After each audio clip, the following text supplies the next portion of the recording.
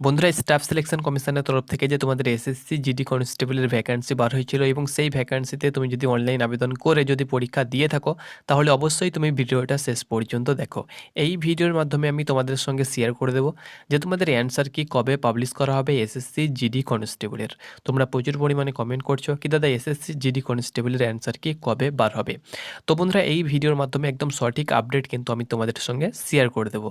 বন্ধুরা, তোমাদের যে পরীক্ষা হয়েছিল সিবিটি এক্সাম, সেটি কিন্তু তোমাদের 20 ফেব্রুয়ারি থেকে শুরু হয়েছিল এবং 7 মার্চ পর্যন্ত কিন্তু তোমাদের পরীক্ষা চলেছিল।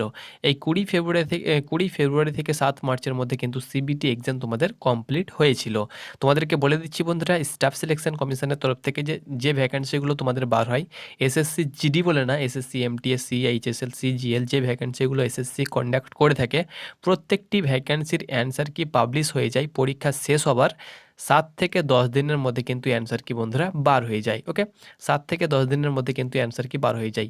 এর আগের যে তোমাদের এসএসসি জিডি কনস্টেবলের 2022-এর যে ভ্যাকান্সি, 23-এর যে ভ্যাকান্সি, সেখানেও কিন্তু আমরা দেখেছিলাম 7 থেকে 10 দিনের মধ্যেই কিন্তু তোমাদের অ্যান্সার কি আপলোড করে দেওয়া হয়েছিল। সেই মোতাবেক আমি তোমাদেরকে বলেছিলাম যে তোমাদের 10 মার্চ থেকে 15 মার্চের মধ্যে আশা করছি তোমরা কিন্তু 100% কিন্তু তোমরা অ্যান্সার কি দেখতে পেয়ে যাবে।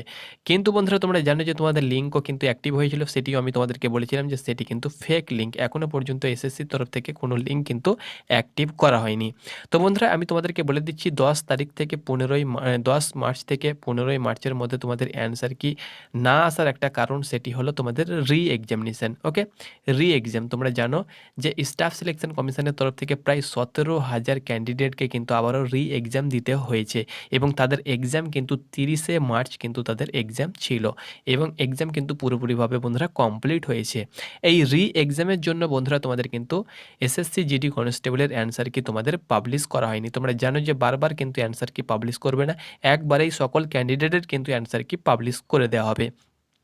তো এই কারণেই বন্ধুরা রি এক্সামের জন্যই কিন্তু তোমাদের এসএসসি জিডি কনস্টেবলের যে অ্যান্সার কি তোমাদের পরীক্ষা শেষ হবার 10 থেকে 15 দিনের মধ্যে আসার কথা ছিল, সেটি কিন্তু বন্ধুরা তোমাদের আসেনি। ওকে, তো রি এক্সাম হলো তার মেন কারণ বা মূল কারণ।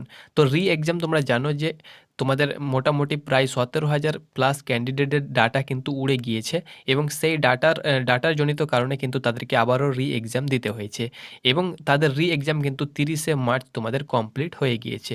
রি এক্সাম কমপ্লিট হয়েছে, এবার কিন্তু তোমাদের অ্যান্সার কি চলে আসবে। তো অ্যান্সার কি তোমাদের কবে আসবে? যদি বন্ধুরা রি এক্সাম তোমাদের না হতো, যদি কাউরের কোনো ডাটা না উড়ে যেত, যদি সকলের ডাটা সেফ থাকতো, তাহলে কিন্তু তোমরা এতক্ষণে অ্যান্সার কি দেখতে পেয়ে যেতে। 10 মার্চ থেকে 15 মার্চের মধ্যেই কিন্তু তোমরা অ্যান্সার কি দেখতে পেয়ে যেতে। কিন্তু এসএসসির যে ডাটাগুলো উড়ে গিয়েছে, সেই ডাটা যদি তারা কালেকশন না করে, আবার যদি পরীক্ষা না হয়, তো তারা যদি কোয়ালিফাই করে ফিজিক্যাল যখন দেবে, কিন্তু তখন তাদের ডাটা থাকবে না। তখন কিন্তু এসএসসিকে আরও বা সিআরপিএফকে আরও কিন্তু প্রবলেম ফেস করতে হবে। এই জন্য কিন্তু তারা আবারও কিন্তু পুনরায় রি এক্সাম নিয়েছে, যাদের ডাটা কিন্তু রিমুভ হয়ে গিয়েছে তাদের। তো এই জন্য তোমাদের অ্যান্সার কি কিন্তু 10 মার্চ থেকে 15 মার্চের মধ্যে আসেনি, নচেত কিন্তু তোমরা 10 মার্চ থেকে 15 মার্চের মধ্যে কিন্তু অ্যান্সার কি 100% দেখতে পেয়ে যেতে। তো 30 তারিখ রি এক্সাম হয়ে গিয়েছে, 30 তারিখ এক্সাম শেষ। এবার তোমাদের অ্যান্সার কি কবে বার হবে? তো বন্ধুরা, অ্যান্সার কি তোমাদেরকে যেমনটি বললাম যে এসএসসি জিডি কনস্টেবল বলে না, এসএসসির প্রত্যেকটি ভ্যাকান্সির আমরা লক্ষ্য করেছি, প্রত্যেকটি ভ্যাকান্সি 10 থেকে 15 দিনের মধ্যে বা 7 থেকে 10 দিনের মধ্যে কিন্তু অ্যান্সার কি চলে এসেছে। তো তোমাদেরকে বলে দিচ্ছি, এখন তোমাদের আজকে 31 তারিখ, তো তোমরা আশা করছি তোমরা 1 তারিখ থেকে 10 তারিখের মধ্যে কিন্তু 10 এপ্রিলের মধ্যে কিন্তু তোমরা অ্যান্সার কি দেখতে পেয়ে যাবে। ওকে, তোমাদের এক্সাম যেহেতু কমপ্লিট হয়ে গিয়েছে, তাহলে সেই হিসাবে তোমাদেরকে বলছি 1 এপ্রিল থেকে তোমরা 10 এপ্রিলের মধ্যে তোমরা কিন্তু অ্যান্সার কি 100% দেখতে পেয়ে যাবে। ওকে, এটি কিন্তু তোমাদেরকে সঠিক আপডেট দিয়ে দিলাম। বিগত বছর এবং এসএসসি যে এক্সামগুলো কন্ডাক্ট করে থাকে, তার রুল বা নিয়ম অনুসারে কিন্তু আমি তোমাদেরকে বললাম, যেহেতু তোমাদের এসএসসি জিডি কনস্টেবলের রি এক্সাম ছিল, রি এক্সামের কারণে তোমাদের অ্যান্সার কি আসেনি, রি এক্সাম তোমাদের কমপ্লিট হয়েছে। এখন তোমরা আশা করছি 1 থেকে 10 দিনের মধ্যে বা 10 থেকে 15 দিনের মধ্যে তোমরা অ্যান্সার কি দেখতে পেয়ে যাবে। তবে 15 দিন যাবে না, 1 থেকে 10 দিনের মধ্যে তোমরা কিন্তু অ্যান্সার কি দেখতে পেয়ে যাবে। অতএব বন্ধুরা, 1 এপ্রিল থেকে তোমাদের 10 এপ্রিলের মধ্যে তোমরা কিন্তু আশা করছি অ্যান্সার কি দেখতে পেয়ে যাবে। তো এটি ছিল আপডেট। তোমরা প্রচুর পরিমাণে কমেন্ট করছিলে কি দাদা অ্যান্সার কি কবে আসবে।